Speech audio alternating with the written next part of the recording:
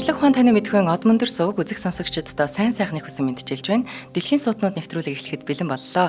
Тэгэхээр та бүхэн нэвтрүүлгээ NTV телевиз болон од мөндөр радио 83.3 107 гэсэн хос долгионоор хүлээн авч сонсож байна. Энэ удаагийн нэвтрүүлгийн хамтран ажиллагчаар таны аяллыг урлын урайтай A-Star Mongolia аяллаа компани, за мөн од мөндрийн алтан гишүүд маань дэмжиж ажиллаж байна. За студид Хятад улс Ланжоо хотоос физикч Бэлгүүн маань холбогдсон байна. Мөн хөтлөгч Цэнгэл баяр нар бэлэн болсон байна. Ингээд өнөөдрийн сэдэв бол геометрийн загалмайлсан эцэг. За сайн уу Бэлгүнэ? Сайн уу, сайн байцгаана уу? Өдрийн мэнд. Өдрийн мэнд. Яг хоо хоёул өмнөх дугаар дээр Мариам Мирзаханы гээд Иран гаралтаа математикч эмэгтэй тухай ярьсан тий. Харамсалтай нь 2017 онд хөхний хорд авдрагаас орсон. Яг хоо манай хүний судалгааны ажил нь гипербол гадаргуунууд гэж ярьсан шүү дээ. Принглес гадаргуу гэж нэрлэе гэдээ хоёлаа ярьжсэн. Эсвэл нөгөө имэйл гадаргуу гэж нэрлэе гэх мэтээр ярьжсэн. Тэгэхээр ийм гадаргуунуудыг судалдаг гэсэн юм. Эцэст энэ гадаргуунууд маань өөрөө юу вэ гэхээр геометри багхгүй. Ерөөсөө Мариам Мирзаханыгийн судалгааны ажил бол геометрийн онцгой гадаргуунуудыг бүгдийг нэгтгэсэн нэг том юм томьёо байна уу гэдгийг хайж исэн гэсэн. Тэгэхээр яг үүнтэй адилхан өнөөдөр бол ерөнхийдөө ихэнх математикийн судалгаанууд хөвчлэн геометри дээр очиод одоо тулж гин гэсэн. Юу вэ гэхээр математик гэдэг чинь өөрөө баг юм асар том геометри систем байгаа байхгүй. Тоо гэдэг хүртэл өөрөө ясам энэ дээрээ геометрийн объект болж таарж байгаа. Тэгэл математикийг бүхэлд нь магадгүй геометриээр бичиж болох юм байна гэдэг ийм янз янзын таамагуд байдаг. За геометри нь өөрөө дотроо янз янзын геометрүүд байж болно гэдэг. Иймэрхүү зүйлийг судалдаг байсан. Тэгэхээр өнөөдрийн сэдвэр геометрийн тэгвэл загалмайлсан эцэг нь яг хин те. Одоо нэг гэсэндээ геометрийг хэн бүтээсэн бэ гэдэг асуудал руу орно гэсэн. Бид нар яг ингээл 10 жилээсээ мэдэн шүү дээ. Нөгөө нэг алдартай томьёо байгаа шүү дээ. Пифагорын томьёо гэд байдаг шүү дээ. Тэгш өнцөгт гурвалжны катодын квадратуудын нийлбэр нь гипнозын квадратын нийлбэртэй тэнцвүүгээ те. А квадратын нь Б квадрат тэнцүү С квадрат гэцээдэг лөө. Тийм Пифагорын теорем гэдэг ягштал цээжлүүлдэг нэг томьёо байдаг гэсэн чинь. Тиймэрхүү томьёонууд байгаа. За нөгөө косинусын теорем гэдэг ч юм уу. За нөгөө синус косинус гэх мэт зүйлүүд байна. За ингээд нөгөө гурвалжны дотоод үнцэг гэх мэт иймэрхүү геометри бид нар 10 жилдээ үздэг. Тэгэхээр энэ геометри маань өөрөө ясмын дээрээ 2300 жилийн өмнө бүтээгдсэн геометри багхгүй. Нэг гэсэндээ энэ геометри бид нар 2300 жилийн өмнөөс мэддэг гэсэн үг. Нарийн ярих юм бол 2300 жилийн өмнөөс мэддэг. За ингээд түүхийн хувьд харахаар сонирхолтой байдал үүсчихэж байгаа юм л да. Яагаад гэхээр өнөөдөр бид нар яг энэ геометрийн ойлголтууд байгаа. Цэг гэж юу юм, шулуун гэж юу юм, гурвалжин дүс гэж юу юм, тойрог гэж юу юм гэх мэт. Энэ бүх зүйлүүдийг одоо нэгтгэгдсэн нэг юм систем байна шүү дээ. Хэрвээ санаж байгаа бол бид нарт ингээл геометри ороод эхлэнгүүд цэг гэдэг бол хязгааргүй жижигхэн хэмжээтэй зүйл гэх юм амар абстракт юмнуудыг ярьж эхэлдэг шүү дээ, тийм. Яг үнэ. Тэгснэ хоёр цэгийг төсөөл, хоёр цэгийн хооронд шулуун татаж болно гэх мэт гэл иймэрхүү байдлаар юм төсөөллүүдийг ярьдаг. Тэгэхээр энэ бүх зүйлүүдийг тэгвэл хамгийн анх хэн хийсэн бэ гэдэг асуудал руу орчиж байгаа байхгүй. Геометрийн эхлэлийг ярина гэхээр энэ зүйлүүдийг хамгийн анх хэн хийсэн бэ гэдэг. Магадгүй Пифагор хийсэн юм уу, тий Архимед хийсэн юм уу, эсвэл нэг Талас хийсэн юм уу, тий Милетийн Фалас хийсэн юм уу гэх юм тийм таамагуд байдаг. Гэхдээ бид нар нэг зүйлийг аягүй сайн мэддэг. Энэ юу вэ гэхээр геометриг бол эртний Египтүүд, эртний Грекүүд, тий Бабилончууд гэх мэт хүмүүс маш өдөр тутмын амьдралдаа маш ихээр ашигладаг байсан. Энэ чинь өөрөө математикийн эхлэл байгаа учраас ашигладаг байсан. За бүр зарим эртний соёл иргэншлүүд Пифагороос өмнө Пифагорын теоремыг нээсэн байсан байж магадгүй байна гэсэн таамагуд байдаг. За зарим газар бүр өнөөдөр ингээд квадрат гიშтгэл гэж нэрлэгддэг гიშтэглүүдийг дээр үед хамгийн анх ингээд бодох гэж оролдоод зарим тохиолдолд зарим ингээд тухайн тохиолдлуудыг бодцсон байсан юм байна. Жишээ нь Архимедийн үед те бодцсон байсан байна гэдэг юм таамагуд байгаа юм. Тэгэхээр ингээд энэ тийм бүгд л өөр өөрсдийнхөө одоо тооны системээр оролдож эхэлж исэн байгаа байхгүй. Өнөөдрийн бидний ашигладаг тооны систем бол араб тооны систем шүү дээ. Нөгөө 1 2 гэж бичдэг юм тийм. Үндсэн монгол тоо маань өөр байдаг шүү дээ. За ром тоо гэж байдаг тийм. Ром тоо ч нөгөө нэг юм 1 гэдэг нь босоо зураас байдаг. Тэгийн тоо байдгүй шүү дээ. Ром тоо тэгийн тоо байх. Тийм шүү дээ. 2 нь 2 зураас олоо явчихдаг тийм. Тийм тооны системүүдийг тус тусад нь ашиглаад тоо боддог юм системүүд, геометри хийсэн юм системүүд байгаа юм. Тэгэхээр ингэж явж байгаад ойролцоогоор 2300 жилийн өмнө. За тухайн үед бол яг хуу Египтийн хот байсан Александр маань дараа нь бол грекүүдийн хот болсон тий. Нөгөө хин ирээд агуу Александр хаан ирээд грекүүдийн эзэмшил юм хот болсон. Александрт Евклид гэдэг хүн амьдарч исэн баг. Евклид гэдэг одоо шолор тий одоогийнхоор бол эрдэмтэн хүн л юм да. Манай хүнийг бас яг нөгөө тухайн философч байсан гэж хэлэхэд хэцүү. Философч гэхээс илүү математикч, логикч ийм хүн байсан баг. Ийм хүн амьдарч исэн. За энэ хүн юу хийсэн гэхээр бүхэл бүтэн 13 бот цуврал элементүүд гэж нэрлэгдсэн хамгийн анхны одоо дэлхий дээрх хамгийн анхны геометрийн сурах хүчийг бичсэнийг өнөөдөр бид нар мэддэг. Тэгээ нэг сонирхолтой нь яагаад Евклид энийг бичсэн бэ гэдгийг яаж мэдсэн бэ гэхээр Евклидээс хойш тухайн сурах хүчийг ашигласан хүмүүс бүх их сурвалжаа Евклид рүү чиглүүлсэн байгаа байхгүй юу? Евклид гэдэг Александрт амьдардаг нэг юм эрдэмтэн хүн үүнийг хамгийн анх эхлүүлсэн юм аа гэдэг. Евклид рүү ингэж их сурвалжаа явуулсан. Тэгтэл яг энэ элементүүд гэдэг одоо 13 бот сурах хүчиг байж тээ тий тухайн. Энэ сурах хүчиг дээр нь Евклид гэдэг нэр байд юм уу гэхээр байдгүй байхгүй. Тэг чи ерөөсөө хин нэгэн хүний нэр тэнд байдгүй. Ямар ч хүн энэ сурах хүчийг би бичсэн юм а гэсэн юм authorship тий. Одоо нөгөө орчин үеийн хэллэгээр бол зохиогч ирэх гэдэг штэ тий. Зохиогч ирэхэд тэнцээ ингэж тунхаглаагүй гэсэн үг юм байдгүй. Тэгээд ийм хүн амьдарч исэн учраас энийг бичсэн гэдэг юм бүр хожим үеийн мэдээллээр нь бид нар мэддэг. Тэгсэн дахиад нэг сонирхолтой юм нь юу гэхээр яг тэгвэл энэ Евклид гэдэг хүн түүхэндээ байсан юм бол ямар амьдралаар амьдарсан те яг хэн байсан хөрөг зураг нь байна уу гэх мэт. За ядаж баримлал нь байна уу те. Ингээд хайгаад үтсэж байхгүй болчихж байгаа. Байхгүй харин те. Евклидийн тухай ямар ч зураг байдгүй, ямар ч баримл байдгүй. За үлдсэн хэдхэн юм нь ерөөсөө ам дамжиж яригдсан ийм одоо цуу маягийн тий хов маягийн яриануд гэдэг чинь монголчууд ийм цуу маягийн яриануд лам дамжиж үлдсэн. Тэгээ осолгүй нэг ийм эрдэмтэн тухайн үеийн Александр хотод байсан. За зарим судлаач нар юу гэж үздэг вэ гэхээр Платогийн шав байсан байж магадгүй гэж үздэг. Оо тийм. Платогийн шав байсан байх гэдэг. Гэтэл яг Платогийн шав байсан юма гэдэг ийм барин тавин гаргаад тавьчдаг ийм баримт байхгүй байгаа байхгүй Евклидийн тухай. Амьдарч исэн газрын бас яг Александрийн хот мөн үү биш үү тийм бас эргэлзээтэй байт юм билэ тий. Тийм, ерөөсөө юг тамаглаад байгаа гэхээр энэ элементүүд гэдэг номын анхны их сурвалжууд Александр хотоос олдсон. Александр хот чинь манай хин очоод агуу Александр хаан очоод тэгээд агуу том ингээд нөө тухайн үеийн хамгийн том номын сангуудыг барьж эхэлсэн шүү дээ. Тэгэхээр энд бол ингээд бүх төрлийн номууд төвлөрсөн байхгүй. Эндээс элементүүдийн хамгийн анхны их сурвалжийн баримтууд олдсон учраас Евклид гэдэг хүн маань Александр хотод ямар ч байсан осолгүй нас орсон юм байна.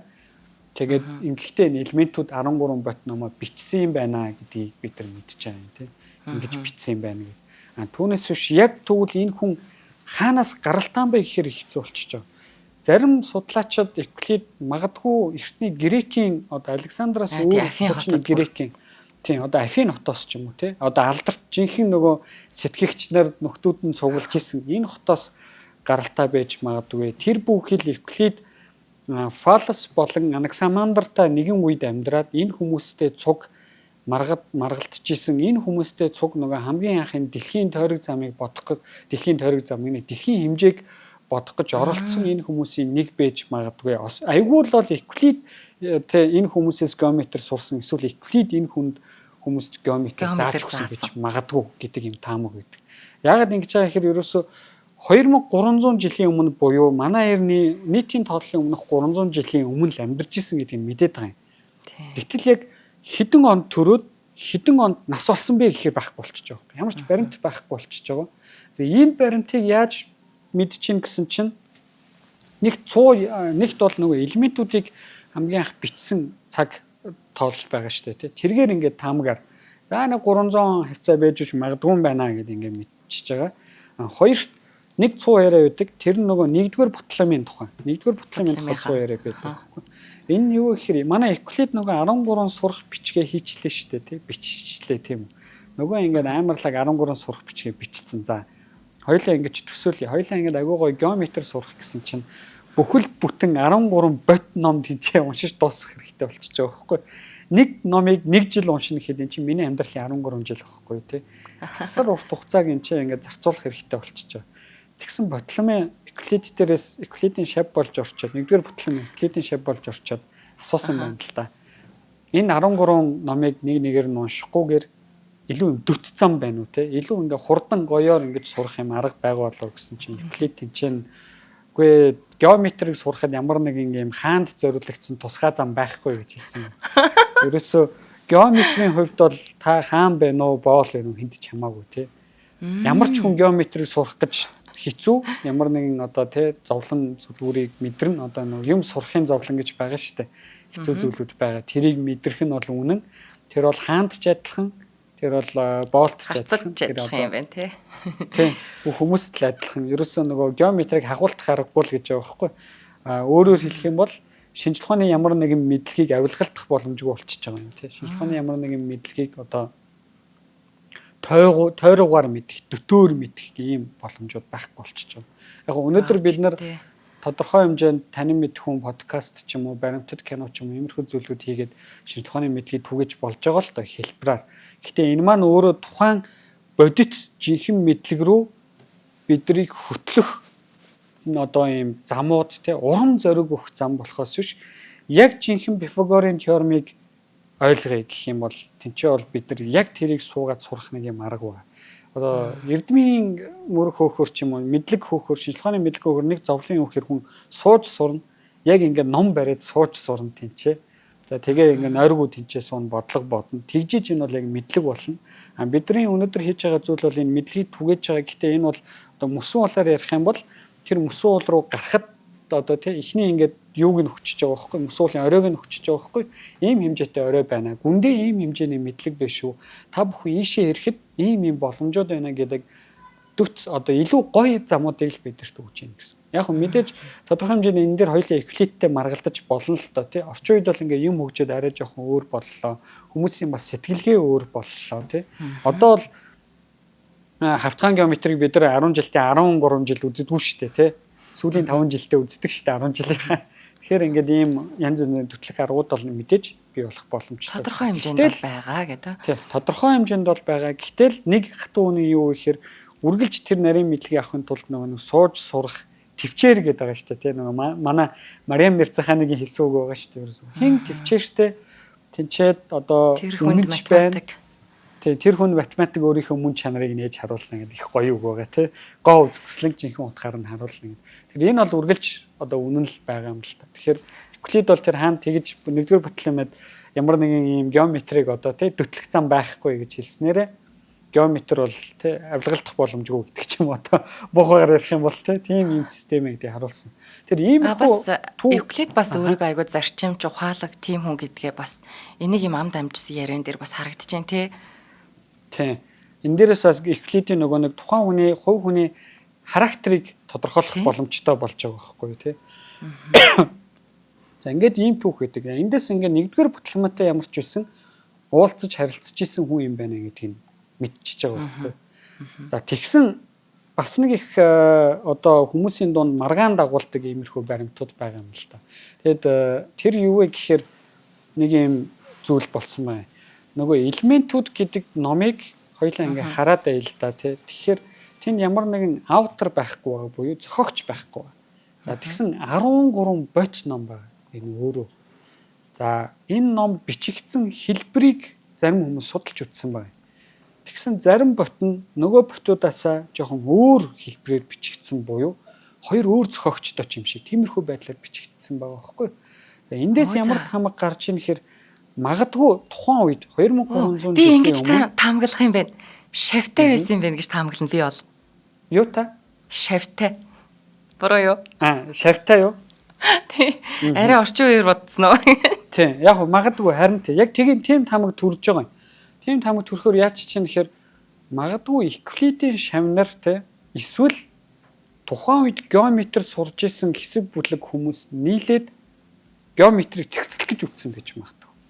Одоо тэр үед чинь мэдлэг жоох ингээд геометрийн ялангуяа математикийн мэдлэг бол их замраагүй байгаа даа байхгүй. Тэнд нэг Пифагор гэдэг нөхөр нэг өөр ингэсэн сургуультай, энд нэг Архимед өөр ингэсэн сургуультай тийм. Энд нэг Бэлгүн өөр ингэсэн сургуультай, энд нэг Зандаах өөр ингэсэн сургуультай. Ингээд байж идэг. Тэгэхээр энэ мэдлэгийг багцлаад нийлүүлээд нэг юм одоо системд оруулъя гэдэг юм хэсэг бүлэг хүмүүс нэгдсэн байж магадгүй гэсэн таамаг гэдэг. За ингэж нэгтгэхдээ одоо нэгэн зорилго дор нэгдсэн хүмүүс тэгээд энэ чинь нөгөө тодорхой юм тухайн философийн үзэл баримтлалуудыг зарим нь дагаад ямар нэгэн зохиогч ирэх гэлгүүгээр хэдүүлээ нийлээд нэг юм гоё юм хийя гэх тээ. Нэг юм прожект орчин үеийн яриагаар бол нэг юм төслийн дор нэгдсэн л байгаа байхгүй. Манай од мөндөр гэдэгтэй адилхан гэсэн үг тээ.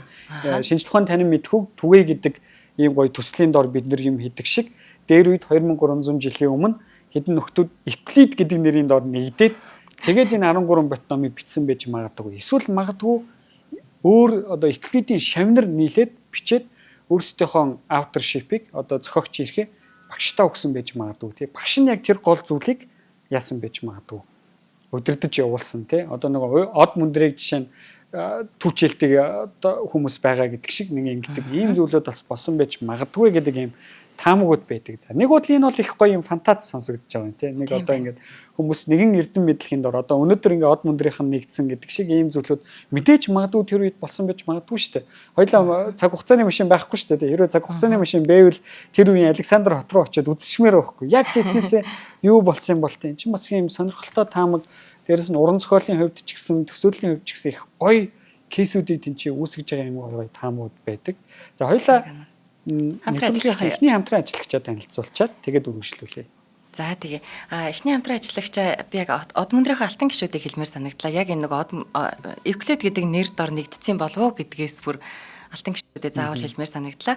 За энэ удаагийн нэвтрүүлгийн хамтран ажиллагч дэмжээ ажиллагчаар манай од мөндрийн алтан гишүүд маань энэ тэтгэж оролцож байна. Тэгэхээр алтан гишүүд гэдэг маань ямар учиртай яадаг хүмүүс юм бэ гэхээр та бүхэн маань үзэг сонсогчид маань од мөндрийнхний үйл ажиллагааг шинжлэх ухааны танин мэдэх хөөг одоо түгээн дэлгэрүүлэхээр ажиллаж байгаа энэ үйл ажиллагааг дэмжин 1 жилийн хугацаанд 100 мянган төгрөгийн төгрөг төлөөд одоо алтан гишүүд гэсэн тийм нууц одоо хаалттай группт ороод за од мөндрийн зүгээс зохион байгуулж байгаа арга хэмжээнүүд за тэгээ од мөндрийн зүгээс хөрхэн гишүүн болсон ингрийн тэмдгээ аваад бүх үйл ажиллагаануудад өнгөө оролцох за тэгээд манай нэвтрүүлгүүдийн өдөр болгон явагдаж байгаа нэвтрүүлгүүдийг YouTube-д орохоос өмнө бэлтгэл байдалтай болон одоо бүх лайваар нь YouTube-д орохоос өмнө үзэх боломжууд гэдэг их олон даваа талууд үүсдэг.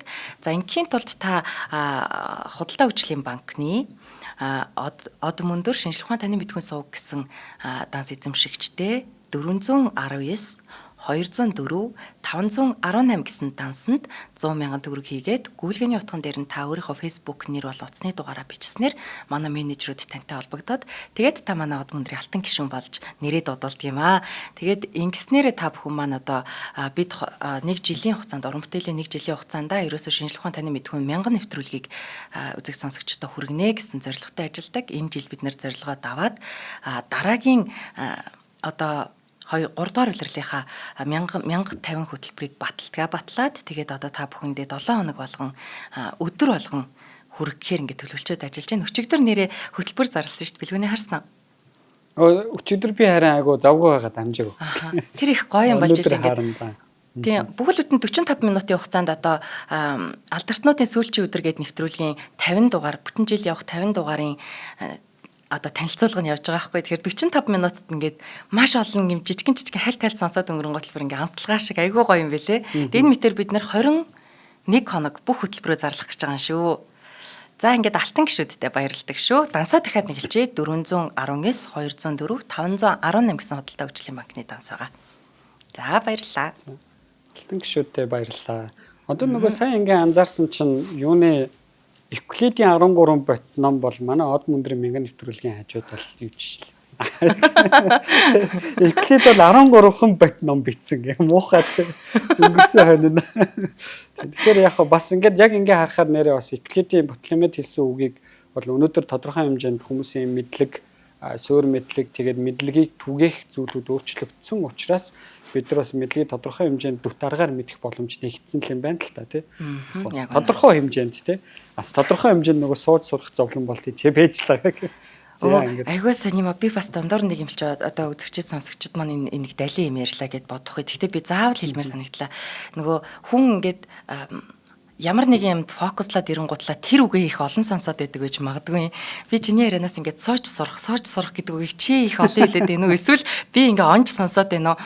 Яг ингээд сууж сурах бол хүний хамгийн чухал хэрэгцээ юм байна. Би энийг судлахын тулд ингийн тулд би энийг сурах хэрэгтэй юм ингээд бодсон чинь чи надад бараг 1000 удаа хэлэх шиг сонсогдлоо. Хүний талбайс нэрээ тэгдэг л дээ. Тохиролтой шүү.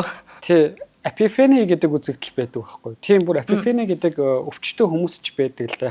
Яг өвчин чүчилтэй энэ бол нөгөө хүний бас ADHD, тий OCD гэдэгтэй төстэй зүйлүүд. Энэ яадгийн гэхээр хүн хоорондоо хамааралгүй зүйлүүдээс заримдаа юм хамааралтай зүйлүүд хоорондоо хамааралгүй зүйлийг хамааралтай болгоод паттерн болгож хараад байдаг ийм хүмүүс байдаг. Жишээ нь ингээ зүгээр ингээл харсан чинь тэрэн дээр байгаа нэг юм зураасуудыг хооронд нийлүүлэнгүүтэй юм зураг байна. Ч юм уу тийм иймэрхүү байдлаар ингээ хараад байдаг юм эпифени гэдэг юм юутай хүмүүс. Гэтэ чамаг тийм гэж хэлж байгаа биш шүү. Энэ юутай асуухаар холбогддог гэхээр би жишээ нь ямар нэгэн байдлаар нэг зүйлийг уншаад байх юм бол автоматар миний тархи маань тэр зүйлийг ойлгоод ирэхээр өөр бусад зүйлүүдийг тэргээрээ харж эхэлдэг байхгүй юу. Тэргээрээ харж эхлээд тэргээрээ дамжуулж бусад зүйлүүдийг ойлгож эхэлдэг гэсэн. Үүнтэй адилхан би сүүл ямар нэгэн шин зүйл мэдэж аавна, ямар нэгэн зүйлийг бодож болох юм бол өөр бусад хүмүүсээс яг тэрнтэйгээ холбоотой зүйлүүдээ барьж авч сонгоод эхэлдэг байхгүй. Хүний тархич уус нэг тэгдэг учраас хүний тархич ингэж суралцдаг, хөгждөг амтан байхгүй тий. Гэхдээ бид нар бас энийг шинжлэх ухаанд нөгөө мэддэг учраас датанд ингэж хандаж болохгүй гэдэг л. Хоёул яг энэ тухай бол нэвтрүүлгийнхаа төгсгөлд бол бүр яг ярина. За ингээд ийм үзэгдэл байдаг байгаа. Тэгэхээр яг иймэрхүү зүйл болж байна гэсэн үг л тий. Тэгэхээр одоо нөгөө сууж сурна гэдэг чинь бас юу л гэсэн үг л тий.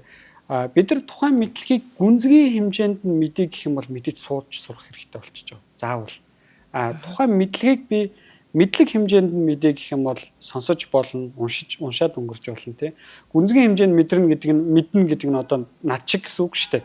Тодорхой хэмжээнд судлаач болох гээд явж байгаа хүмүүс гэсэн үг байхгүй. Тэгэх юм бол мэдээж тэнцээ би зовхоос өр харахгүй байхгүй тэнцээ тий. Ямар ч мэдлэгийг заавал хүн тодорхой хэмжээнд зовж иж л олж мэддэг. Энд нэг зам байхгүй юу? Тий, дөт зам байхгүй тий. Хааны зам байхгүй. Манай нөгөө Feynman их гоё үг байт юм аа. Яг англиар их гоё буу тий. Нөгөө knowledge is not free гэдэг байхгүй. You have to pay attention гэдэг. Мэдлэг бол ерөөсөө үнэгүй зүйл биш те. Чи анхаарлаа тэнцээ заавал хандуулж явах хэрэгтэй. Тэр айгүй гоё үг байдаг. За ингээ үндсэн сэдвэр рүүгээ буцаад ороход за Евклид маань ингээд 13 ботном бичсэн байна. За энэ 13 ботном бол өнөөдөр хүн төрлөختний түүхэнд Библийн дараа ордог хамгийн олон жил хэрэглэгдэж байгаа, хамгийн олон жил ашиглагдж байгаа ном. Библиэтэй харьцуулах юм бол яг хөө Библиэтэй харьцуулах юм бол илүү хүмүүс үр өгөж өгсөн ном байх гэдэг. Жохон муугаар хэлчихтэй. Үгүй үнэндээ 2000 гаруй жил ашигласан байна. Тийм геометр бол ерөөсөө л хүн төрлөختөнд одоо энэ сансрын хөлөг бүтээх боломжийг бий болгож байгаа. Ерөөсөө энэ шинжлэх ухааны эхлэл багхгүй. Элемент гэдэг номны маш чухал шинж чанар нэг зүйл нь юу вэ гэхээр тэр үеийн ийм ороо бусгаа эн тэнд тараагаад тавьсан юм шиг те. Энэ бүх мэдлэгийг базаад бүгдийг маш энгийн логикоос эхлүүлж битсэн байгаа юм. Нэг гэсэндээ энэ ном бол хамгийн анхны шинжлэх ухааны сурах бичиг байхгүй юу? Би геометр гэдэг зүйлийг сурахын тулд тийшээ очиж хинтээ Пифагорын шам болчоод ийшээ Архимед руу очиод ийшээ хин рүү очиод баг ингээм амьдралынхаа хэдэн жилийг зарах гээд байгаа юм бэ те. Тэгэхгүйгээр би элементүүдийг худалдаж аваад цаахан гэртээ сууж байгаа. За юм ойлгохгүй бол нөгөө хэдэргөө гүйж өчтдөг ч юм уу те. Ийм байдлаар сурах энэ гоё боломжийг олгосон анхны маш хүчтэй сурах бичиг. Эхлэхдээ ч гэсэн их гоё. Манай Евклид бол 5 энгийн одоо геометрийн хэлээр бол аксиом гэж хэлдэг. Юуны хэлээр бол юу лээ? Физикийн хэлээр бол постулат гэж хэлдэг. Ийм зүйлийг. Юу гэж хэлдэг ээ? Тэр нь юу гэхээр постулат гэж хэлдэг. Ийм зүйлийг байсан. Энэ нь юу гэхээр Евклидийн 1-р постулат гэж. Энэ нь ерөөсө цэг гэдэг зүйл байна тий. Цэг гэдэг зүйл байна. Тэгээ хоёр цэгийн хооронд шулуун татаж болно гэл. Ингээл 2-р постулат болчихж байгаа байхгүй. Тэнгүүд шулууныг хоёр тийш нь цэгээс хоёр тийш нь хязгаараагүй үргэлжлүүлж болно гэл. Тэ ингээд 2 постулат. 3-р постулат гэсэн чинь ямар нэгэн цэг дээр төвтөө тойрог зурж болно тий. Амар ингэ шүү дээ. Энд ч тодорхой шүү дээ тий. Нөгөө тойргийн төв цэг байдаг л өстэй. Нэг хоёр цэгийг холбосон шулуун татаж болдог л өстэй тий. Самбар дээр бид нар энийг л анх бүр тодорхойлсон байна тий. Тий, анх ерөөсөө ингэж тодорхойлсон байна. За ингээд 4 дахь постулат бол бүх тэгш үнцгүүд хоорондоо тэнцүү гэж. Нөгөө бүх юм хамар үнцгүүд тий тэгш үнцгүүд хоорондоо тэнцүү гэдэг. Алдарт нөгөө Пифагорын теоремын суурь болсон энэ тэгш үнцгүүд. За 5 дугаар теорем буюу аксиом. За теорем биш шүү манайхаа. Энд яг Аксиом. геометрийн хүн сонсох юм бол намайг яаж яана гэхээр юм ярьж байна. Аксиомууд. Теорем бол батлах боломжтой Баталгаа шаарддаг. Аксиом бол баталгаа шаардахгүйгээр би энийг үнэн гэж хүлээж авъя гэж байна. Зөвшөөрөгдсөн. Физикээр бол тийм постулатууд гэсэн. Тэгэхээр 5 дугаар постулат бол хамгийн чухал постулатуудын нэг. Энэ бол за ойлоо үргэлжлүүлж ярина л да. Тэрний үхээр параллелийн постулатууд гэдэг л дээ. Энгийнээр бол ерөөсөө хоёр параллел шулуун хязгаарч огтлцохгүй. Бүр энгийнээр гурвалжны дотоод өнцгүүдийн нийлбэр 180 градус байх ёстой гэдэг ийм л зүйл байна. За ингээ ийм 5 постулатаас элементүүд эхэлдэг гэсэн. За энэ 5-аас ерөөсөө гурвалжингийн дотоод өнцөг 90 градус оо. Бүр хэлсэн сая. Гурвалжингийн дотоод өнцгийн нийлбэр 180 шүү. Тийм үү. Тэгш өнцөг 90 дотоод өнцгийн нийлбэр гэсэн юм. Би нөгөө нэг тэгш өнцөгт гурвалжин нэг өнцөг нь 90 градус байна гэдгээр нь шууд. Ямар ч гурвалжингийн дотоод өнцгийн нийлбэр 180. За тэгэхээр ийм 5 аксиом дэвшүүлээд элементүүдийг ингээд бичээд геометрийг сурах боломжтой болж байгаа. За энэ 5 аксиомоос ерөөсөө л Евклидийн геометр гэж нэрлэгддэг геометр үүссэн. За энэ геометр бол нөгөө бидний 10 жилдээ толгоогоо цөмцөгдөг те ингээ бүр бүх хүмүүсийн дургуг хүргэдэг тэр геометр. Энийг өнөөдөр мэрэгжлийн хэлээр хавтгаан геометр гэж нэрлэдэг. Яагаад хавтгаан геометр гэж байгаа вэ гэхээр энэ геометрийн талбар буюу энэ бүх дүрсүүд байгаа шүү дээ. Энэ гурвалжны дотоод өнцгийн нийлбэр 180 байдаг те параллел шулуун оршдог. Энэ бүх зүйлүүд маань хавтгай дээр л байдаг байхгүй. Хавтгай гэдэг бол ширээний гадаргуу гэж төсөөлж болно. Ийм хавтгай зүйл дээр л биелдэг геометр гэсэн. Гэхдээ энэ геометр бол үнэхээр агуу. Энэ бол бүр хүн төрөлхтөнтэй цуг 2300 жил байсан зүйл тийм. 2300 жил хамт хийсэн ийм лаг зүйл. Ингээд 2300 жил хүн төрөлхтөн энэ геометрийг суралцсан. Гурвалжингийн дотор яаж тойрог багтаах уу, тойргийн дотор гурвалжин яаж багтаах уу гэдэг. Геометр бол уул нь өөрөө үнэхээр гоё хичээлтэй. Үнэхээр юм амттай хичээл. Би бол геометрт айгүй муу байсан. Бүр хожим хойно л геометртэй харцсангуу сайн болсон. Анх бол надад ойлгоход жоохон хэцүү хичээл байсан. Би нөгөө геометр өөрөө бие дааж үтсэн болохоор жоохон тэгсэн юм шиг байна. Дараа нь бол илүү гайгүй болцсон л доо. Одоо бол геометр надад хамгийн юм амттай хичээлүүдийн нэг байдаг байхгүй. Хамгийн сонирхолтой. Ямар нэгэн зүйл геометр руу орчхорол ийм илүү амттай, илүү ийм нарийн бүтцтэй, илүү үзэсгэлэнтэй болоод эхэлдэг. Тэгэхээр Евклид бол энэ агуу зүйлийн эхлэлийг элемент гэдэг номороо тавьсан байна. Зарим хүмүүс бол энийг Евклидийн шоолрууд буюу шамнар бичсэн гэж таамагладаг, зарим нь олон хүмүүс нийлээд Евклид гэдэг нэрийн дор бичсэн байна гэж таамагладаг. Бид нар бол аль нь үнэн бэ гэдгийг өнөөдөр мэдэхгүй. Гэхдээ Евклидтэй холбоотой түүхүүдээс Евклид гэдэг хүн л ер нь яг бичсэн байх магадaltaй байна гэдэг энэ таамаг маань илүү одоо бодтой тий илүү юм бодтой харагдчихдаг гэсэн. Тэгээ энэ гой агуу тий төгс энэ хавтгаан геометрийг хийсэн байна л та.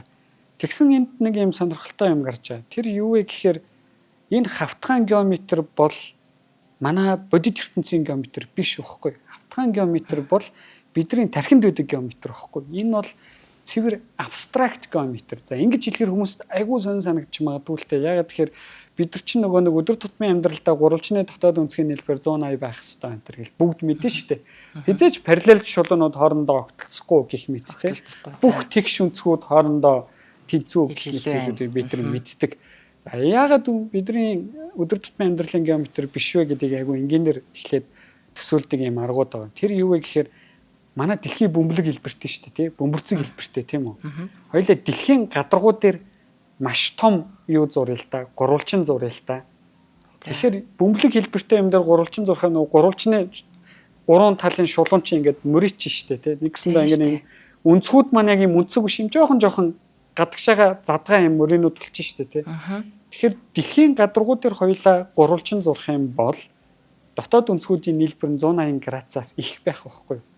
Заавал их байх хэрэгтэй болчихж байгаа. Тэгвэл хоёулаа дэлхийн дотор талд нь гурвалжин зуръя тийм үү. Нэгсэндээ нөгөө нэг Pringles гадаргуу байгаа шүү дээ. Тэрний нэг юм хотгор хэсэг байгаа шүү дээ. Одоо эмээлийн хотгор дээр хоёулаа гурвалжин зуръя л да. Гэтэл тэр чинь гадагшаагаад одоо тэлсэн тойрог биш дотгошоогоо шахагдсан мөрийнөд болчих шүү дээ гурван тал нь тий.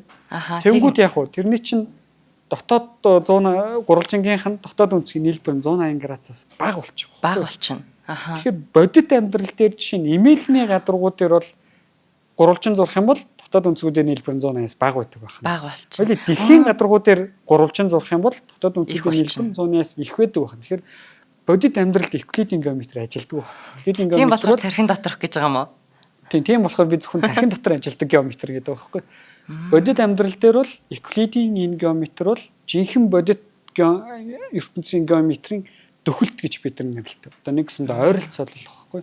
Ойролцоож тэгж ойлгодог гэсэн. За эндээс цаашаа яаж хөгжсөн бэ гэдгийг хоёлаа нэвтрүүлгийн төгсгөл дээр хоёрт хамтран ажиллагчаа танилцуулж байна. За тэгээ. За манай дараагийн хамтран ажиллагчаар таны аяллыг бид орлын өрөөтэй A-Star Mongolia компани маань хамтран ажиллаж байна. За тэгэхээр A-Star Mongolia-гийн зүгээс Од Мөндөр манай Од Мөндрийн багийнхаа хамтран зохион байгуулж байгаа. Одоо ингээд дараагийн аяллаа та бүхэнтэй танилцуулах гэж байна. За дэлхийн байгалийн болон соёлын өв багтсан Вьетнам, Камбож улсын 4 хотын аяллыг танилцуулж байгаа. За тавчхан дурдах юм бол ерөөсөө энэ аялалд маань манай одоо спортын нэвтрүүлгийн хөтлөгч Батцаяа, за манай захирал Мөнхцөл, за тэгээд амтны нэвтрүүлэг, за зөндөө олон бас нэвтрүүлэг хөтэлдэг манай урнаа маань ингээд энэ гурав маань тэгээд манай гомбо бас явна, за зураглаачдтайгаа ингээд Од Мөндрийнхэн маань A-Star Mongolia-гийнхантай хамтраад ийм гоё аялал зохион байгуулж байна. За ямар хотуудаар аялах вэ гэхээр Камбож, Angkor Wat, за Камбож, Кохгэр, за Вьетнамын Halong Bay, за Вьетнамын Нимбин гэсэн газруудаар аялнаа. За эдгээр маань одоо тус бүрдэл бас одоо Angkor-ын өмнөх үеийн сүм хийдийн зохицолбор бүхий археологийн дурсгалт газрууд байдаг газар, за Камбожийн үндэсний бэлэг тэмдэг тогон дээр хүртэл дүрслэгдсэн байдаг газар гэх мэт одоо түүх дурсгалын маш ач холбогдолтой гоё газруудаар явна. За тухайн газар болгонд манай Од Мөндрийнхэн бол бас л одоо үр шимийн бүгдийн та бүхэндээ хүртээсээр за сүүлдээ бараг найз нөхөд болдго юм да. Одоо өмнөх аяллуудаас одоогоороо бие биетэйгээ холбоотой байгаа сайхан найзууд болсон хүмүүс зөндөө байна. За тэгээд ийм аялал маань 6 сарын 25-нд юм бэлээ. 6 сарын 25-нд аялалдаа явах гэж байгаа. Тэгээд мэдээж одоо ээлжийн амралтаа аваад за гэр бүлээрээ хаашаа явах вэ, яах вэ гэж байгаа хүмүүс маань бас Од Мөндрийнхэнтэйгээ хамт Од Мөндрийнхнөрөө гайдлуулад аялах ийм гоё аялал бас байна. За A-Star Mongolia-гаас бас та бүхэн маань хувааж төлөхөөр лизинг бас авч болно. Энэ аяллахаа төлбөрийг. За илүү бүр дэлгэрэнгүй мэдээллийг бол 72 тэгтэг 92 тэгтэг утасны дугаараар авлаад аваарай манайхаа. Яараараа одоо эн чинь бас суудлын тав хязгаартай байдгийн байлээ. Байлээ шүү дээ. Манай бэлгүүн бас хаашаа явах гэж байгаа илээ, одоо нэг гоё газар руу явах гэж байгаа. Одоо эн чинь бараг 7-10 хэд хоног үлчиж байгаа юм шүү дээ тий. Би одоо нөгөө Итали руу олон улсын олимпицкийн төв гэж байдیں۔ Айгу том газар л та. Энэ газрын номын сан нь Кембриж их сургуулийн дараа ордог. Дэлхий дээр хоёрт ордог тийм том шинжилгээний одоо бараг зөвхөн бүр физик дээр төвлөрсөн ийм номын сантай газар. Тэр газрын 10 хоногийн сургалтанд суух гад явж байгаа. Маргааш нөгөө дөрөвөө. Яста гоё юм аа. Яг ингэхээр л өстой ганц физик чирээ бүр бахархаад огшоод омогшоод идэг шүү дээ. Манай нөгөө үзэж байгаа хүмүүс маань бэлгүнээ хөөхөн гэд бичээд өгөөрэй. Баяр үргийн нэрэ гоё яваад ирээрээ. Яг энэ аяллаа үер чи явцсан байх нь те. Бараг л. Тэгээд хараа энэ аялал дээр цуг явах боломжгүй болсон байна. Гэтэ манай сонсогч нар маань Од Мөндрийнхэн тоо цуг явах юм бол хамгийн гол нь танин мэдхүүн гоё яриануд яригдах учраас тэрийг бол алдаж болохгүй боломж шүү гэж хэлээ та. За баярлалаа. Ингээд нэвтрүүлгийн төгсгөлийн хэсэгт цаашаа юу болсон тухай ярив. Тэр юу гэхээр за Евклид гэдэг хүний бүтээсэн энэ хавтгаан геометр байна шүү дээ. Энийг хоёулаа бүр амархнаар ингэж ойлгож болно. Бүр ингээд нөгөө хүмүүс энэ геометрийг бүхэл бүтэн 2300 жил судалсан учраас яаж байгаа байхгүй илүү хялбараар яаж ойлгох вэ гэдэг илүү сайн мэддэг болсон гэсэн. Ингээд бүр хялбараар яаж ойлгож болох вэ гэсэн чинь ерөөсөө л хоёр цагийн хоорондох хамгийн ойрхон зай гэдэг ойлголтыг гаргаж ирж байгаа тийм. Одоо би А цэгээс Б цэг рүү явхад хамгийн ойрхон зай юу вэ гингүүд шулуун байна тийм үү. Ямар ч хүний толгойн дотор шулуун байна гэж орж ирнэ. Энэ бол ерөөсөө Евклидийн геометр байхгүй. Евклидийн геометр хавтгай дээр шулуун байдаг байхгүй. Бөмбөлөг дээр тийм биш, бөмбөрцөг дээр тийм биш. Манайхаа одоо ингээ аялалд явж байхдаа онгоцныхон газрын зургийг хараарай. Онгоц чинь нэг газараас нөгөө газар руу явахдаа ингэж тойрж явж байгаа дандаа. Дандаа тойрж явдаг. Шулуунаар нисдэг байхгүй. Яагаад тэгэхээр дэлхийн бөмбөрцөг дээр хоёр цэгийн хооронд хамгийн ойрхон зай бол их тойргууд гэж нэрлэдэг. Great Circle-ууд тэр нэм тойрог байдаг байхгүй. Нэгсэн хавтгай биш мөрөлттэй тий бөмбөлөг хэлбэрийн мөрөлттэй зүйл дээр бол хоёр цэгийн хооронд нь холбож байгаа зүйл бол Great Circle-ууд байна. Дандаа юм мөрийнүүд байна гэсэн. имэйл шиг мөрийдсэн зүйл дээр ч гэсэн хоёр цагийн хоорондох зайвал дандаа мөрөөлт юм гэсэн. Шулуун илүү хол замууд болж өгдөг байхгүй тийм ч. Тэгэхээр онгоц дандаа нэг юм сонь тойрж байгаа замаар явж байгаа юм. Тэр онгоц нэх амар те түлшин илүүдэд гарчаад байгаа тойроод байгаа биш. Хинээд яваад байгаа биш юм байна шүү дээ. Харин химнээд яваад байгаа байхгүй. Хоёр цагийн хоорондох зай ийм тойргууд байдаг байхгүй дандаа. Тэр тойргуудаар илэрхийлэгдэж байдаг гэсэн. Тэр ийм геометр гарч ирж байгаа юм. Хоёр цагийн хооронд хамгийн ойрхон зай бол тойрог байдаг, мөрий байдаг гэж хэлж байгаа юм л та тий. Мөрий байдаг ийм геометр гарч ирсэн. Энэ бол 19-р зуунаас. 19-р зуун гэдэг чинь юу юм бэ? Ерөөсөө саяхан байгаа шүү дээ. 200 оны өмнө шүү дээ. Сая ерөөсөө 1800 оноос эхэлсэн байхгүй. Гэтэл 1800 он хүртэл хүн төрөлхтөн Евклидийн геометрийг 2000 жил суралцсан байна шүү дээ. Тэгснээ дараагаар шинэ геометр гарч ирсэн буюу Евклидийн бус геометр. Бид нар бол хавтгаан биш геометр гэж нэрлэгддэг. Энэ геометр үүссэн байна. Энэ геометр ихийг сонирхолтой үүссэн. Яасан гэхээр Евклидийн нөгөө элементүүдийг үүсгэсэн анхны 5 постулат байгаа шүү дээ, тий. Тэр 5 постулатын маань 5 дугаар постулат байгаа шүү. Тэр их аюултай байхгүй. Тэр постулат бол хоёр параллел шулуун байна л гэж хэлчихэж байгаа. Аксиомаар тий. Тэгвэл энэ параллел шулуун хоорондоо нийлдэг ертөнцийг төсөөлж болно шүү дээ. Дэлхийн бөмбөрцөг дээр хоёр параллел шулуун үргэлж хоорондоо нийлнэ. Зүгээр л галтрагны замыг харахгүй тий. Хязгаарууд очиж нийлж штэ галтрагны зам. Бид нар яг галтрагны замыг шулуун барих юм бол хоорондоо огтлцож штэ. Зориуд параллел барихын тулд маш урт параллел барихын тулд хоорондоо эн чинь маш нарийн тооцоонууд хийж байгаа хгүй. Тэгэхгүй бол яг анхнаасаа шулуун явна гэж шулуун барих юм бол галтрагны зам хоорондоо ингээд нийлчихнэ. Хол явж байгаа хоорондоо нийлчих хгүй. Тэгэхээр ийм дэлхийн бөмбөрцөг дээр бол чинь галтрагны замд хоорондоо нийлцдэг. Ийм ертөнц байж болж байгаа. Зүгэл мань бид нар амьдарч байгаа ертөнц маань тийм байгаа байхгүй юу? За тэгсэн чинь морины имэйл ертөнц бас байж бол. Тэрэн дээр яг үхээр бүр хоёр параллел шулуун бүр хизээч хоорондоо нийлэхгүй бүр ингээ хоёр тишээ яваад гэж. За тийм. Нийлэхгүй дээ. Хоёр параллел шулууны хоорондын зай бол яг хадгалагдчихвэл хавтгах байхгүй тий. Хоорондоо 3 см зайтай байлаа гэхэд яг хадгалагдаа явж байвал юу хавтгах байх гэдэг. Хавтгах. Хоорондоо ингээд ойртоод багассараад нийлчүүл бөмбөрцөг ертөнц юм гэсэн үг тийм. Хоорондоо холдож суулна шүү дээ. 3 тийм салаад явчихж болж байна. Ингээд салаа явчихж бол ийм ертөнц бас явж бол энэ ертөнц бол энэ нөгөө имэйлийн гадаргуу дээр байдаг ертөнц л төө. Тэгэхээр ийм ертөнцүүд байж болохыг математикийн хаан Карл Гауss хамгийн анх ажигласан байна. Тэгээд Евклидийн биш геометр үүсээд за Оросд Лобачевский гэдэг эрдэмтэн бас энийг ажиглаад. За Гауss бол нөгөө нэг дэлхийн бөмбөрцгийн маягийн ертөнцийг анх байж болох юм байна те геометр байж болох юм. Лобачевский болохоор эсрэг нь нөгөө морины имэйл дээр байдаг маягийн ертөнц бас байж болно шүү дээ. Ийм геометрийн ертөнцүүдийг хүмүүс ажиглаж эхлээд Риман Понкере гэдэг эрдэмтэд за Понкере Риманы тухай цэнгэл бит хоёр өмнөх эрдэмтдийн тухай ярихдаа ингээд дандаа дурддагжсэн. Том хүмүүс учраас ингээд тийм дандаа дурддагдаад байгаа. Энэ эрдэмтэд энэ Францын том эрдэмтэд энэ бүх геометрийг нийлүүлээд Евклидийн бус гэдэг геометрийг бий болгосон. Энэ бол ерөөсөө л Евклидийн алдарт 5 аксиомын 5 дугаар аксиомыг л өөрчилчихөж байгаа байхгүй юу? Параллел шулуун огтлцож болно, эсвэл бүр салаад явж болно гэсэн чинь бүр том цоошин ертөнц рүү хоёлаа яваад орсон гэсэн. Цоошин ертөнцийн үе талга тэнд нэгдээд цоошин одоо ингээд геометруудыг бид нар мэддэг болж байгаа. За ингээд геометр хүчтэй хөгжлөө. Ингэсэн чинь 20 дугаар зуун гарлаа. 1900 он эхэлсэн тэнд юу болсон гэхээр Альберт Эйнштейн гэдэг хүн 100 жилийн өмнө харьцангуй ерөнхий онолыг бүтээсэн. Харьцангуй ерөнхий онол бол өөрөө цэвэр ертөнцийн бус онол дээр тий. Евклидийн бус онол дээр үндэслэн цэвэр геометрийн онол гэхгүй. Ерөөсөө харьцангуй ерөнхий онолын хамгийн одоо ингээ хүн болгон энэ бол маш үзэсгэлэнтэй гоё онол гэдэг. Энэ нь бол ерөөсөө цэвэр геометрийн онол.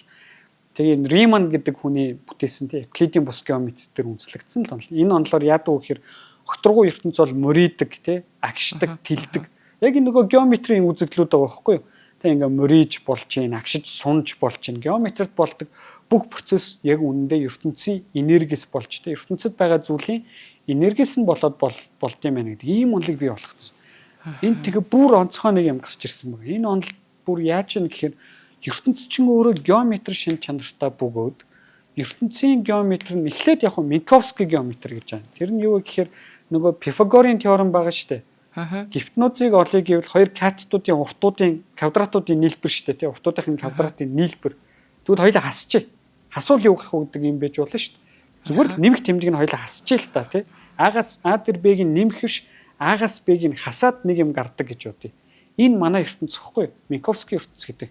Манай ертөнцид энэ хавтгаан геометр буюу Евклидийн геометр ажилтгүй. Минковский гэж нэрлэгдэх геометр ажилдаг. Энэ юу вэ гэхээр хоёр цэгийн хоорондох зайн одоо тэ ийм юу байлаа гэж бодъё л доо. Тэгш өнцөгт гурвалжин байлаа гэж бодоход хоёр цэгийн хоорондох зайн гифтнуудын уртаар олдно. Тэр гифтнуудын урт нь катетуудын нийлбэрээр биш, катетуудын квадратуудын ялгуураар болчихж байгаа. Тийм ийм онцгой шин чанартай болчихж байгаа. Манай ертөнц өөрөө тийм онцгой. Ийм учраас одоо жишээ нь цаг хугацаа бол нэг чиглэлтэй гэдгийг үүнээс ойлгож болдог. Огторгон эсрэг тэмдэгтэй байдаг байхгүй цаг хугацаа. Тийм учраас бид нар ингээд цаг хугацаа зөвхөн нэг чиглэлтэй цаг хугацаа огторгоос ялгаатай зүйл болж хувирч байгаа. ертөнц өөрөө ийм геометр шин чанартай болцсон. За ингээ явж байсан квант физик үүслээ, их энергийн физик, эгэл бөөмийн физик үүссэн чинь эгэл бөөмс гэж байдаг те электрон, протон гэх мэт бөөмсүүд байгаа. Гэтэл энэ бөөмсүүд маань өөрөө яг үнэндээ айблын болон айблын бус гэж нэрлэгддэг те. Өнөөдөр ингээл баахан мэрэгжлийн яриа ярьж байна те сүүлдээ. Энэ одоо хүмүүсийн нэрээр нэрлэгдсэн бас нэг юм геометр шин чанартай зүйл. Ерөөсөө электрон жишээ нь өөрийн гэсэн ихэртэй байхгүй юу? Мион гэдэг бөөмтөө. Тэгэхээр мионы ихэр 5 гэдэг бөөм байдаг. Электронтой яг адилхан. Юугаараа өөр вэ гэхээр зүгээр л жин нь өөр. Яг гэсэндээ бэлгүүн 55 кг жинтэй бэлгүүн байжсэн чинь 75 кг жинтэй бэлгүүн 95 кг жинтэй бэлгүүн тэнцээ байж идэг гэсэн. Жин нь өөр. Бид нар яагаад ийм бэлгүүнүүд тийм электроны ихрүүд байдаг вэ гэдгийг бид нар өнөөдөр мэдэхгүй. Гэхдээ энэ маань өөрөө геометр ертөнцийн геометр шин чанараас болоод ертөнцийн нэг юм өөр эгэл бөөмсийн хооронд байдаг ийм гоё геометрүүдээс болоод тийч ийм өөр бөөмсүүд бий болж байна гэсэн. Нэг гэсэндээ өөрөөр хэлбараар хэлэх юм бол эгэл бөөмс гэдэг зүйл чинь өөрөө ертөнцийн геометр шин чанарын үр дүн багхгүй. За ингээд бүр ингээд онлууд маань ингээд хөгжиж яваад бид нар өнөөдөр юуг мэдж байгаа вэ гэхээр ертөнц гэдэг маань өөрөө магадгүй маш том геометр бүтцтэй нэг зүйл байна. За тэр геометр нь юу вэ гэдгийг өнөөдөр бид нар одоохондоо мэдэхгүй. Гэхдээ ямар ч байсан энэ бүх зүйл бол өөрөө геометрээс л гаралтай байж магадгүй байна гэдгийг мэддэг болсон байгаа юм. Ингээ харахаар Евклид гэдэг хүн 2300 жилийн өмнө энэ бүх геометрийн ойлголтуудыг тэнцээ зэгцэлж бичээгүй байсан бол өнөөдөр магадгүй бид нар тэг хизээж мэдэхгүй байх боломжтой байсан байх. Ийм учраас нөгөө өмнө бас өмнөх нэвтрүүлэг дээр яригдсан Мариам Мирзахани гэдэг одоо тийм математикч маань тэр геометр дүрсүүдийг судалж ирсэн нь магадгүй ирээдүйд ертөнц бол ерөөсө бүхэл бүтэн нэг том геометрийн нэг хэсэг байж магадгүй гэдэг манай хүн мэдчихсэн ч байж магадгүй байхгүй тий. Таамаглаж ирсэн байж магадгүй байхгүй. Ийм гоё зүйлүүд рүү хүргэсэн ийм том эрдэмтэн хүн амьдарч ирсэн байна. Харамсалтай нь өнөөдрийн нэвтрүүлэг дээр ингээд энэ хүний хувийн амьдралын тухай ярьж чадсангүй. Ягаад тэгэхээр хайгаач олдохгүй бид нар мэдэхгүй байхгүй юм байлаа. Янз янзын түүхүүд байдаг. Тийм учраас энэ хүн бол ямар ч сан өнөөдөр бид нар юу мэдж байгаа вэ гэхээр орчин үеийн энэ шинжлэх ухааны маш том суурийг тавьж өгсөн энэ харьцангуй онол те эгэл бөөмийн физик энэ бүх зүйлүүдийн суурийг хамгийн анх тавьж өгсөн орчин үеийн шинжлэх ухааны тулгын чулууг хамгийн анх хийсэн ийм чухал эрдэмтэн 2300 жилийн өмнө амьдарч ирсэн байна. Яста гайхалтай байна. Одоо нөгөө нэр яста зурганч байхгүй, түүхэнч байхгүй, яста ямар ч хов алгалдаа. Гэхдээ нөгөө нэг одоо бодоод үзэхэд ер нь тухайн үе одоо түүнээс хойш тэр Ньютон, Гаусс, Эйнштейн энэ хүмүүс хүртэл одоо энэ гайхалтай нээлтүүд бүх юмаа л энэ хүний одоо үндэс суурин дээр тулгуурлаж гаргаж авсан байна. Дээрэс нь одоогоороо ч бид нар энэ хүний гаргасан суурин дээр одоо тэр ойлголтууд дээр тэр онолууд дээр түшиглээд одоо инженер, архитектур юу гэдэг бидний амьдралд одоо мөнхийн хэрэглээтэй те. Тэгээд энэ геометрийн логик суурийг тавьж өгсөн гэж ойлгож байна тийм үү? Тийм. Одоо ерөөсөө Евклидийн бас нэг чухал юм энэ нөгөө нэг бид нар ямар нэгэн ойлголтыг логикоор эсвэл шинжлэх ухааны баримтаар тийм эвиденсүүдээр баталж болно гэдэг нь ерөөсөө шинжлэх ухааны яг орчин үеч гэсэн барьдаг тэр суурийг тавьж өгсөн. Мөн бид нар Евклидийн энэ одоо Евклидийн үүсгэсэн гэхээр их хэцүүлтэй. Евклид яг ингэж гоё багцалж бидэрт ойлгомжтой зэгцэлж өгсөн юм уу тий? Тий, зэгцэлж өгсөн энэ ойлголтын ачаар яаж байгаа вэ гэхээр энийг бид нар ингээл өнөөдөр ч гэсэн сурч штэ 10 жилдээ тий. Хүн яг нөгөө хоёлоо түрүүн ярьсан штэ ингээд сууж сурах гэдэг зүйлүүдийг ингээ бариад байна гэдэг шиг хүн өнөөдөр мэдхгүй зүйлээ ойлгохын тулд эхлээд мэддэг зүйлээрээ тухайн зүйлийг ойлгох гэж оролддог байхгүй. Тэгэж бид нар дандаа суралцдаг. Бид нар Евклидийн бус геометрийг ойлгохын тулд Евклидийн геометрийг хэрэглэсэн биш үү? Тийм ч. Тэгэхээр ингээд энд бас нэг зүйлийг агуу хатуу хэлмээр байна. Тэр юу гэхээр хүн ямар нэгэн мэдлэгийг оргуу хоосноос бий болгодог байхгүй. Хүн үргэлж ямар нэгэн мэдлэгийг өмнөх хүмүүсийн бүтээсэн мэдлэг дээрээс суурилж дараагийн мэдлгүүд бий болдог. Одоо нэг standing on the giant's shoulder гэдэг үг гэдэг чинь тийм. Өмнөх лаг хүмүүсийн ачаар бид нар дараагийн мэдлэгийн одоо үр өгөөжүүдийг бий болгож явдаг. Түүнээс биш Америк кинон дээр гардаг шиг нэг нөхөр гэртээ чимээгүй сууж хагаад оргуу хоосноос мэдлэг бий болгочихгүй. Оргуу хоосноос юу ч үүсэхгүй тий. Оргуу хоосноос энерги үүсэхгүй. Тийм учраас энийг бол бид нар их ойлгож явах хэрэгтэй. Тэгэхээр ингээд Евклидийг бид нар сурж байгаа нь бас л нэг мэдхгүй зүйлээ мэддэг юмараа ойлгож байгаа байхгүй. Тийм учраас ирээдүйд байгаа ингээд том нээлт хийчлээ гэдэг хүмүүс байдаг л да. Магадгүй их нийтлийн онлыг бүтээчлээ гэдэг ч юм. Ийм янз янзын одоо зүйлүүд итгэдэг хүмүүс байдаг. Тэгэхээр энэ хүмүүс маань өөрсдөөсөө эхлээд юу асуух хэрэгтэй вэ гэхээр хүн ер нь ямар нэгэн зүйлийг мэдээ гэж байгаа бол бид нар өөрсдөөсөө юу асуух хэрэгтэй вэ гэхээр би өмнөх хүмүүсийн бүтээсэн мэдлэгийг хэр хэмжээнд суралцсан бэ л гэж асуух хэрэгтэй байхгүй. Би хэр хэмжээнд мэдэж чадсан бэ? Үүний дараагаар л би мэдэхгүй зүйлүүдийг түүгээрээ ингэж одоо буулгаж ойлгоод тэгээ бусдтай харилцаад тэгээд энэ чинь мэдлэг үүснэ. Түүнээс биш гинтэлтэй одоо мэдгүй яаж оргуу хоосноос гинт мэдлэг үсэг би бүр төсөөлж чадахгүй л байна л та. Тийм ийм гайхалтай юм байхгүй л те бүр хүн төрөлхтний шинжлэх ухааны мэдлэгийн түүхэнд ийм зүйл болж байгаагүй. Өөрөө бараг ингээд логикоор төсөөлөхөд ийм боломжгүй байхгүй те. Тэгэхээр ийм чухал одоо шинжлэх ухааны үрийг тавьж өгсөн ийм ундаг хүн байсан. Нэг гоё юмнаас ингээд өөрөө ийм эрдэмтэн геометрч, математикч, логикч хүн байсан. Цэвэр мэдлэгийг л хөөдөг, мэдлэг чухал гэдэг байсан учраас ингээд ямар нэгэн нэр хүндийн төлөө ч юм уу өөрөө эзэж явж байгаагүй. Тийм болохоор зарим судлаач нар юу гэж үздэг вэ гэхээр Евклид ерөөсөө өөрийнх нь нэрийг элементүүд дээр тавиагүй тий. Зүгээр л тэр мэдлэгийг л түгээх өгсөн. Дээрэс нь өөрөө тэр мэдлгүүдийг цоошноор үүсгэсэн гэхээс илүү маш гоё бид нар цэгцэлсэн учраас тэнцээ бусад хүмүүст хүндэтгэл үзүүлсэн байна тий. Бусад эрдэмтдэд хүндэтгэл үзүүлсэн учраас өөрийнх нь нэрийг хүчээр тэнцээ ингэж тий зорж тавиагүй гэж магадгүй гэдэг юм гоё таамаг гэдэг. Тэгэхээр миний бодлоор ингэ төсөөлөхөөр Евклид бол их даруухан, амар хүлээцтэй юмыг ер нь жоохон шулуухан хэлцдэг. Бүх юмд ийм логикоор бид нар гаргалгаа хийж болно гэж ийм одоо бодолтой тийм хүн байсан байж магадгүй гэж харагдаад байна. Яг тэр нэг юм түүх байдаг байхгүй.